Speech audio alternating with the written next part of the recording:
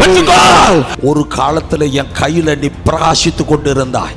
உனக்குள்ள என் அபிஷேகத்தை பலமான ஊட்டி இருந்தேன். இப்பொழுது தேவ வல்லமையை பிரசனத்தை கொஞ்சம் கொஞ்சமாக நீ இழந்த ஒரு நிலையை கர்த்தருடைய ஆவியானவர் காண்பிக்கிறார். உன் குடும்ப பாரம், உன் குடும்பத்தில் இருக்கிற குழப்பம், உன் குடும்பத்தில் இருக்கிற போராட்டங்கள், சஞ்சலங்கள் ஆவிக்குரிய வாழ்க்கையிலே உனக்கு ஒரு மந்த நிலையை கொண்டு வந்திருக்கிறது.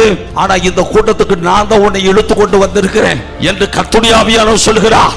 உங்க நிலவரத்தை கர்த்தர் தெளிவா சொல்றாரா? இன்றைக்கு கர்த்தர் சொல்கிறார், நீ முந்தினவைகளை நினைக்க வேண்டாம், முந்தின தோல்விகளை கண்டு நீ துவண்டு போக வேண்டாம். ஆண்டவர் சொல்றார், உன் குடும்பத்துல பெரிய மாற்றங்களை உண்டாக்குவேன், உள்ளே கொண்டுதான் உண்டாக்குவேன். நீ ஆவிக்குள்ளாகிற ஆழமான அனுபவத்திற்குள்ளே தேவ தரிசனங்களால் நிரப்பப்படுகிற ஒரு பாத்திரமாய் இப்பொழுது ஒரு வல்லமை, ஒரு அக்கினி நிற்க முடியாது. பெற்றுக்கொள்.